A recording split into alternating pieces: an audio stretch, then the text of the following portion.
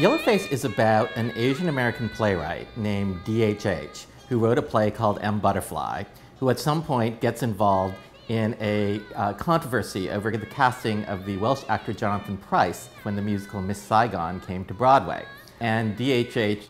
inadvertently casts a Caucasian actor as the Asian lead in his own play, and when he finds out this is the case, he tries to cover up his blunder to protect the fact that he considers himself an Asian American role model. Siberia is in Asia, and Marcus's father is a Siberian Jew. But Marcus doesn't look Asian.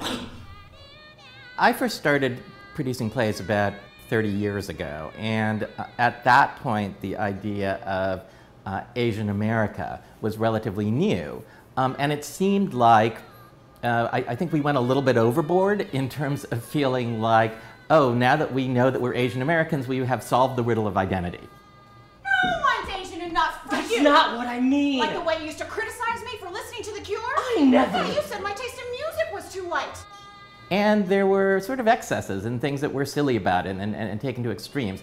And I wanted to be able to write a comedy about that, which also regarded the movement as a whole in an affectionate light. You went on a hunger strike? Sure, back in college, with the other Asian students, for 2 whole weeks. You didn't eat for 2 weeks? Dad, of course I ate. You could have just... We fasted in shifts. But you said that... You fasted in shifts.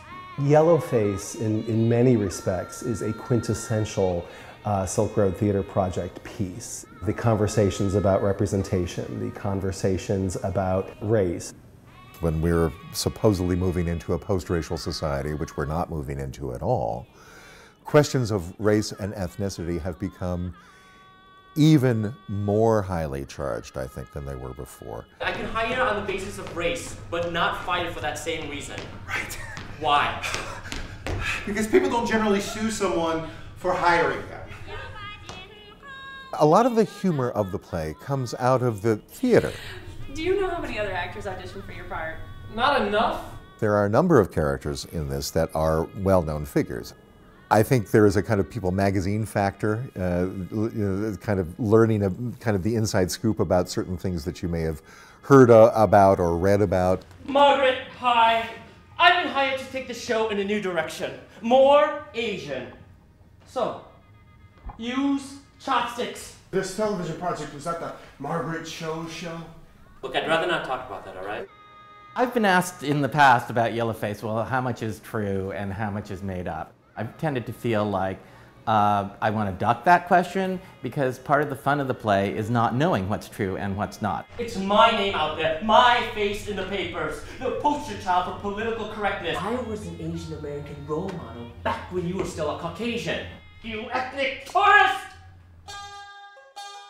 Please come out and see Yellowface. It's entertaining, it's thought-provoking, it's very illuminating, and it poses all sorts of questions, some of them a bit uncomfortable, that maybe you have not thought about in the past. I think the best thing about the play is that it gives us some hope that even if we're not finding all of the answers right now, that in time we may be able to find those answers. I hope gives us a way to laugh together and feel hopeful together that we can move our culture along and get along and have arguments, but get past them and build a better society together.